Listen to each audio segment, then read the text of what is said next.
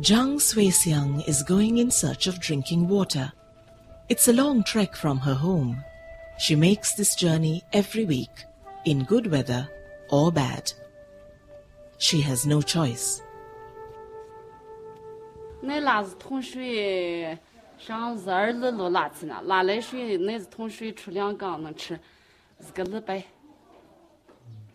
光吃那个火不能死上。 Her husband is busy farming, and children are away at school. She must manage this on her own.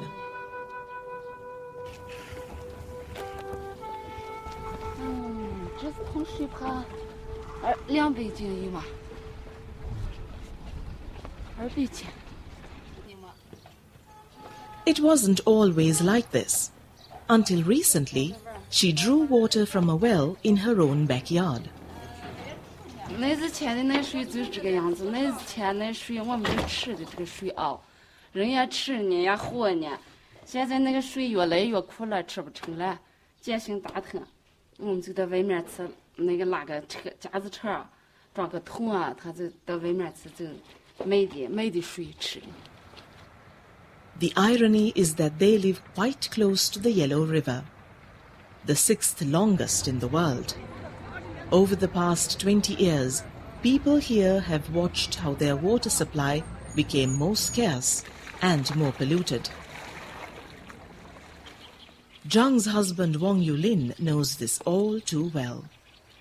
原来我们这个地方的地啥都能找，种粮也能种，种瓜也能种，还长得还长东西。我小的时候，现在瓜能长这么大，没穗子能长这么长。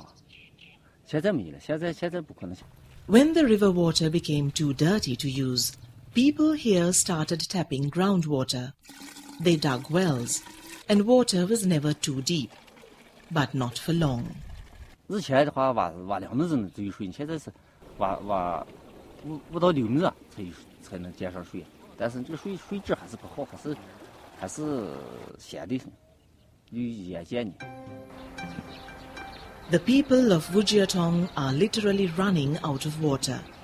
What little they can find is often not fit for drinking or household use.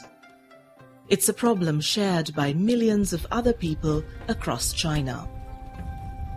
This village is close to Lunshu, the capital city of Gansu province in northwestern China.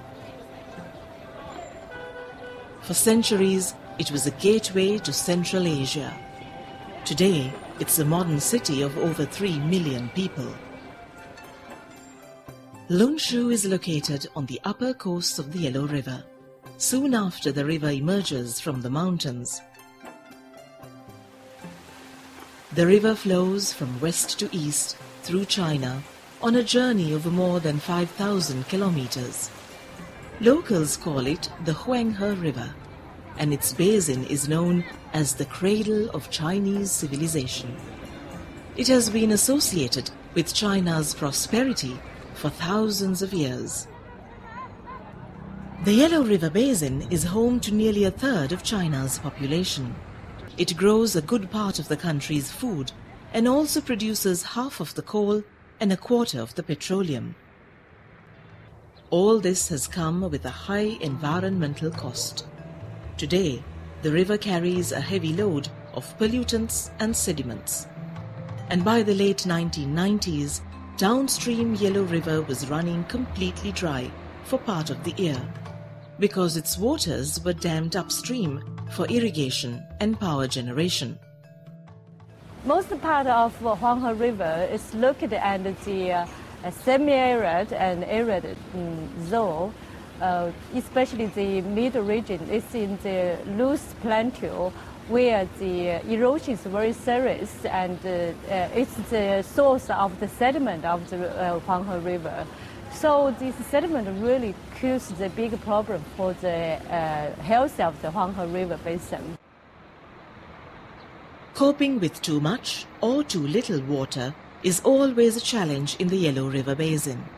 It receives 2/3 of annual rainfall during a few weeks from July to September.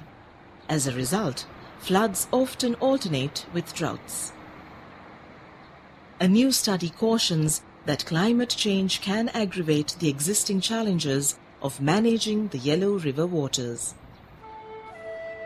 The UN Environment Programme recently commissioned a team of scientists to study the vulnerability of water resources in Northeast Asia.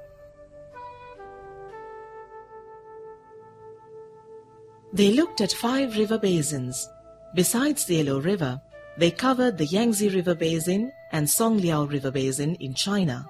And in Mongolia, they studied the basins of the Orkhon River and the Toul River. Professor He Huang headed the team of researchers.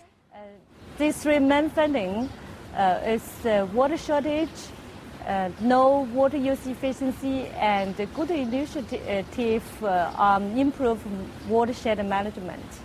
One challenge is how to share the available water between agriculture, domestic users, power generation and industry. Right now, more than half of all water drawn in Northeast Asia is used for growing crops, most of it through irrigation. Yet, irrigation here is not very efficient. I think we have to find some way to reuse these the waters used in agricultural sector. Right now, these waters used in agriculture, they just flow downstreams. And so if we can find a way to reuse, recycle this water, we could save a lot of waters. In recent years, experts have pointed out ways to use water more efficiently. One is to apply drip irrigation instead of flooding the farmlands. Another is rainwater harvesting, which captures and stores water for later use. The UNEP study highlighted water pollution as the biggest threat at the moment to people and the environment. It recommended urgent and sustained action to reduce pollution. So we emphasize the pollution here. It's because the pollution is the impact which can control by human being. Some water users in the Yellow River Basin feel that pollution issues are finally receiving attention. 这个呢，水质呢，近2年呢是稍微有点改善。前2年呢，因为工业发展比较厉害，所以它的水的污染比较厉害。In the coming years, however, water users across this basin will simply have to get used to the Yellow River carrying less water.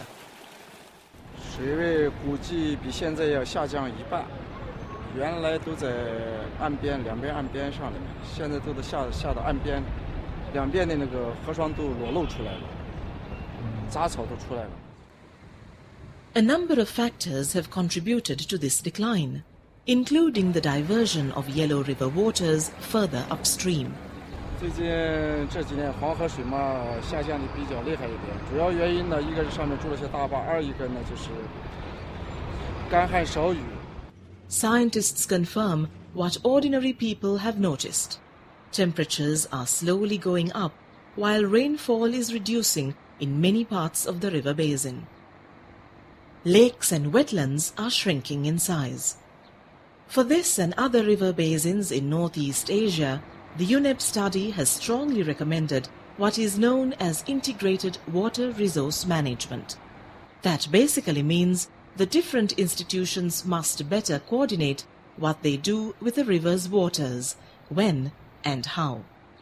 Unless we deal with these issues together in an integrated manner, and it is not easy to tackle the water resource issues in this region. And climate change, this will be the big challenge in the future. This is not easy when there are many competing demands on a river's waters. Few river users think of their impact on others downstream. So technically, we recommended the ingredient water resource management for whole river basin. But how to manage the river beyond the administrative boundary, it is still a challenge. For a decade, the Yellow River Conservancy Commission has been doing this difficult balancing act. China's example can set the tone for the whole region. In Northeast Asia, I think China's leadership is very important. As we all know, China has a rapid growing economy and with huge population. And so if China alone could practice the water resource efficiency and increase the water resource efficiency, then it will have a great impact to not only to the Northeast Asia, but to other countries in Asia region. No one can predict all the effects that climate change would have on the water, land, and ultimately the people. But countries can prepare for these challenges by taking better care of their water.